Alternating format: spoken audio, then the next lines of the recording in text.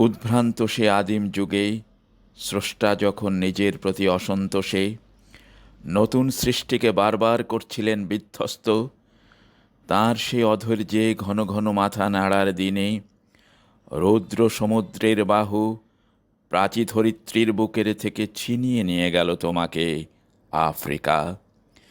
বাঁধলে তোমাকে বনস্পতির নিবিড় পাহারায় কৃপণ আলোর অন্তঃপুরে। সেখানে নিভৃত অবকাশে তুমি সংগ্রহ করছিলে দুর্গমের রহস্য, চিনছিলে জলস্থল আকাশের দুর্বোধ সংকেত। প্রকৃতির দৃষ্টি অতীত জাদু মন্ত্র জাগাচ্ছিল তোমার চেতনাতীত মনে। বিদ্রূপ করছিলে ভীষণকে বিরূপের ছদ্মবেশে।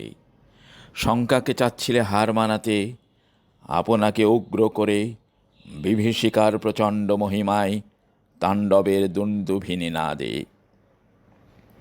হায় ছায়াবৃতা, কালো ঘুমটার নিচে অপরিচিত ছিল তোমার মানব রূপ উপেক্ষার আবিল দৃষ্টিতে। এলো ওরা লোহার হাত করে নিয়ে, নখ যাদের তীক্ষ্ণ তোমার নেকড়ের চেয়ে।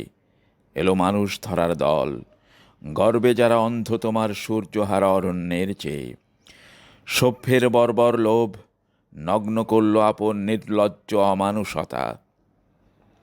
তোমার ভাষাহীন ক্রন্দনে বাষ্পাকুল অরণ্য পথে পঙ্কিল হলো ধূলি তোমার রক্তে অশ্রুতে মিশে।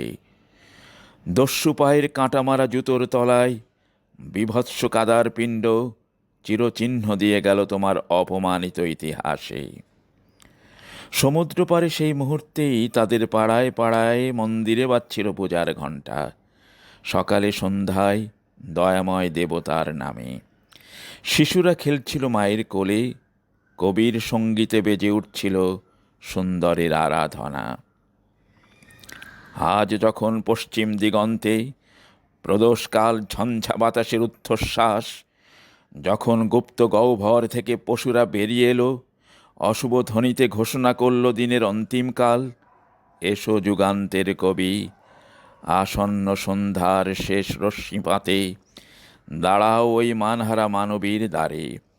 বলো, ক্ষমা করো, হিংস্র প্রলাপের মধ্যে সেই হোক তোমার সভ্যতার শেষ পুণ্যবাণী।